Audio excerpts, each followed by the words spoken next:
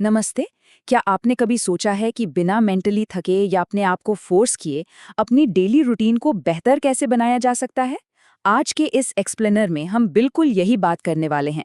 हम लाए हैं एक ऐसी प्लेबुक, एक बायोलॉजिकल हैक जो आदतों के विज्ञान पर आधारित है। चलिए देखते हैं कि हमारा दिमाग असल में काम कैसे करता है और हम इसे अपने फायदे के लिए कैसे इस्तेमाल कर सकते हैं। सबसे बड़ा सवाल, हम जब भी कोई लाइफस्टाइल चेंज करने की कोशिश करते हैं तो वो अक्सर फेल क्यों हो जाता है? हम आम तौर पर अपनी पूरी विल पावर या अचानक आई किसी मोटिवेशन पर डिपेंड करते हैं ना, है ना? पर सच तो ये है कि ये अप्रोच काम नहीं करती। अचानक सब कुछ बदल देने की कोशिश से सिर्फ थकावट मिलती है और मोटिवेशन हमेशा एक जैसी नहीं रहती। जब मोटिवेशन का ग्राफ नीचे जाता है तो हमारे बड़े बड़े संकल्प टूट जाते हैं। तो इसका परमानेंट सोल्यूशन क्या है? आज हम इस पूरे प्रोसेस को स्टेप बाय स्टेप समझेंगे, दिमाग के ऑटो पायलट मोड से लेकर हमारी साइकोलॉजी और आइडेंटिटी तक। तो चलिए सबसे पहले अपने दिमाग के अंदर चलते हैं और इस ऑटो पायलट मोड को गहराई से समझते हैं। आखिर दिमाग आदतें बनाता ही क्यों है? असल में हमारा दिमाग एनर्जी बचाने वाली एक बहुत ही स्मार्ट मशीन है। साइंस ये कहती है कि आदतें आपकी विल पावर या चरित्र का टेस्ट नहीं है, बल्कि ये दिमाग की एनर्जी सेव करने का एक बेहतरीन तरीका है। इसको ऑटोमेटिसिटी कहते हैं, यानी जब आप बिना सोचे समझे कोई काम करने लगते हैं। काम जितना ऑटोमेटिक होगा, दिमाग के पास दूसरे मुश्किल कामों के लिए उतनी ही ज्यादा एनर्जी बचेगी। और ये सब दिमाग के अंदर होता कैसे है? शुरू में जब हम कुछ नया सीखते हैं तो हमारा conscious prefrontal cortex hard work कर रहा होता है। इसमें बहुत दिमागी एनर्जी लगती है। पर जैसे जैसे हम उस काम को रिपीट करते हैं, इसका कंट्रोल दिमाग के एक दूसरे हिस्से बेसल गैंग्लिया के पास चला जाता है। बस यहीं से आपके एक्शंस पूरी तरह ऑटोमेटिक हो जाते हैं और दिमाग का काफी सारा फ्यूल बच जाता है। अब इस हैबिट लूप को थोड़े मैकेनिक्स के नजरिए से देखते हैं। इसे हम बिहेवियर की रिवर्स इंजीनियरिंग भी कह सकते हैं। किसी भी आदत के 3 मुख्य हिस्से होते हैं। पहला है ट्रिगर या संकेत, जो दिमाग को काम शुरू करने का इशारा देता है। दूसरा है रूटीन, यानी वो काम जो आप करते हैं। और तीसरा है रिवॉर्ड या इनाम। इन तीनों का एक ही सीक्वेंस में बार बार होना हमारे दिमाग के न्यूरल पाथवे को बहुत स्ट्रांग बना देता है। अगर रूटीन टूट रही है तो इसको किसी इमोशन से मत जोड़िए। बस ऐसे देखिए जैसे किसी सॉफ्टवेयर कोड में कोई छोटा सा एरर आ गया हो जिसे फिक्स करना है। इस पूरे लूप में जो चीज सबसे ज्यादा मैटर करती है वो है इनाम। ये रिवॉर्ड ही आपके दिमाग को पुख्ता संदेश देता है कि ये लूप भविष्य के लिए याद रखने लायक है या नहीं। अगर इनाम संतोषजनक है तो लूप रिपीट होता है और धीरे धीरे काम इतना ऑटोमेटिक हो जाता है कि आपको पता भी नहीं चलता। लेकिन अब सवाल यह है कि नया हैबिट लूप बनाएं कैसे? यहीं एंट्री होती है छोटे बदलावों की, यानी एक बहुत ही माइक्रो अप्रोच की। सिर्फ 1%।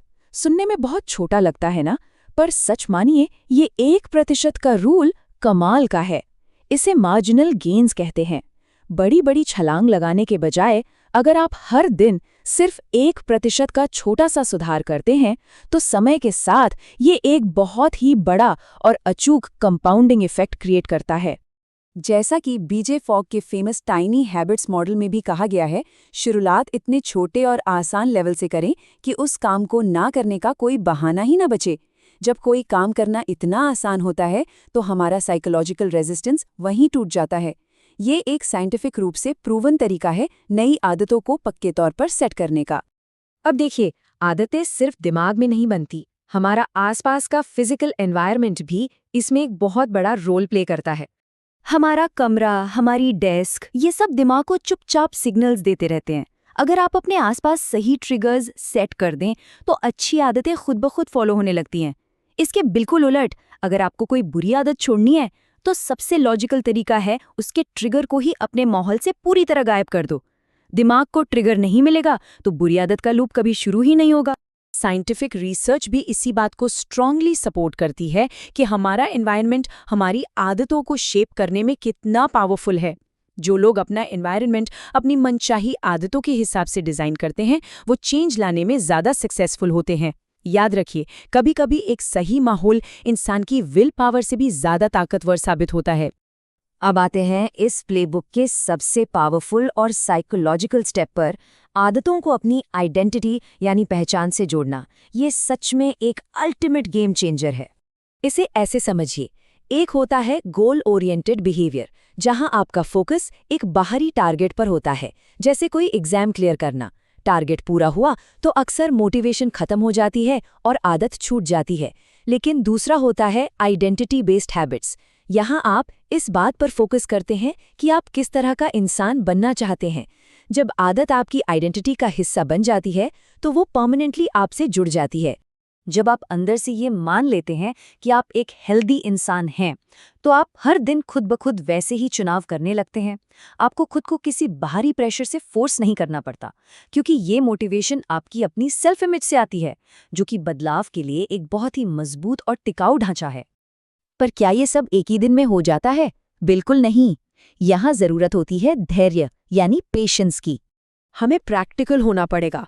असलियत ये है कि आदत बनने का ये प्रोसेस काफ़ी धीमा है।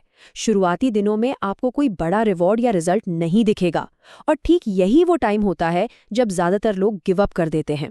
आपको मेंटली प्रिपेयर्ड रहना होगा कि रिजल्ट्स फौरन नहीं मिलेंगे, पर बिना रुके कंसिस्टेंट रहना बहुत ज़रूरी है। इस टाइमलाइन को देखिए। शुरुआती कुछ दिनों तक काफ़ी कॉन्शियस एफर्ट लगता है। फिर आते हैं हफ्ते, जहां एक ही माहौल में लगातार प्रैक्टिस करनी होती है।